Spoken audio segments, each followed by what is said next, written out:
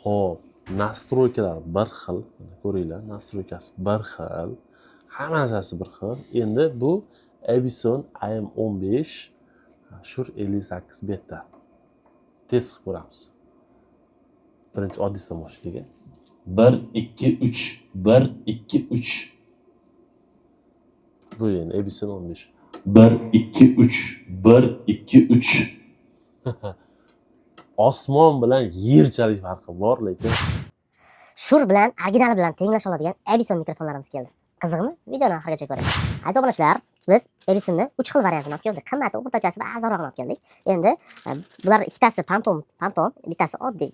Endi hozir ochib ko'ramiz. Sumkalarga bitta ahamiyat berasizlar. Qaranglar, qanaqa usti ezilmaydi, qattiq, mana ruchka anaqasi bor, ko'taradigan joyi bor. Mana shunaqa ko'tarib ketaverasiz. O'zingiz uchun bitta mikrofon olib qo'yganingiz ma'qul, chunki bilasizlar, hamma joyda birinchi o'rinda gigiyena va o'ziga ovozi tushadigan mikrofonlar zo'r kelgan. Mana bismillah, zamoklarni qaranglar. Mana ochib olamiz.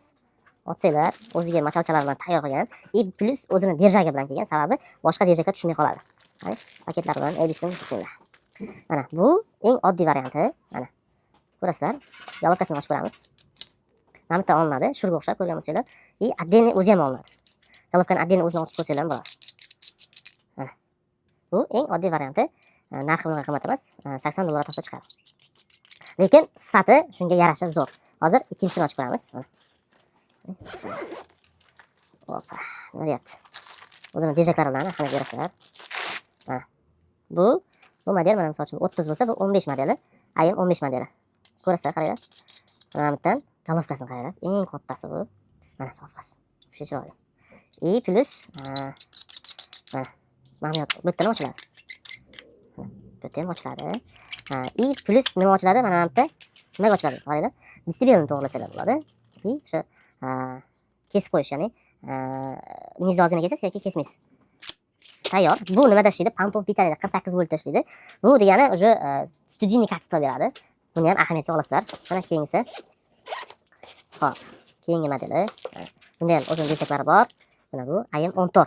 Bundan keyingi modeli. Bunda ham xuddi shunaqa emas. Golovkasi sal kichikroq bo'ladi. Bunga nisbatan narxi sal shunga yarasha arzonroq bo'ladi. Buni ham o'rtasi ochiladi. Bunda ham mana distibellarni to'g'rilasangiz bo'ladi. -10 distibelgacha, lekin 0 distibelda ishlatsangiz bo'ladi. Bu mikrofonlar yangi keldi. Aynan soft soundda faqat kelib, xohlaganinglarni tanlab, ovozlarga tushadiganini olib ketsanglar bo'ladi. Sog' bo'lasizlar. Pastdan nima qoldiramiz. Xo'p, yana bitta narsa borki, bu mikrofonlarimizni 1 yillik garantiyasi bor. Mana hech qayerda garantiya berilmaydi mana. Zavod tomonidan o'zlarining qog'ozlari, bu Xitoydan kelgan, ko'rsanglar bo'ladi. 20 ming distibeldan 50 Hzgacha ishlaydi. Bu degani вообще zo'r degani. 20 ming Hzgacha ishlaydigan mikrofon hozirgi kunda почти kam, eng kami ham 5 ming yoki 10 ming ishlashi mumkin. 20 minggacha ishlaydigan mikrofon to'g'risi yo'q. Ahamiyat berasizlar mana. 150 kilo yozilgan, 40 Hz ekan. Uzr, bu yerda 40 Hz 20 ming Hzgacha ishlaydi. -10 distibel, 80 Hz kesib qo'ysanglar bo'ladi, boya ko'rsatgan joyim. Bu вообще zo'r. Bunaqa mikrofon to'g'risi bu pulga topishinglar qiyin. Bitta olib ishlatib ko'rishlarini tavsiya qilgan bo'lardim.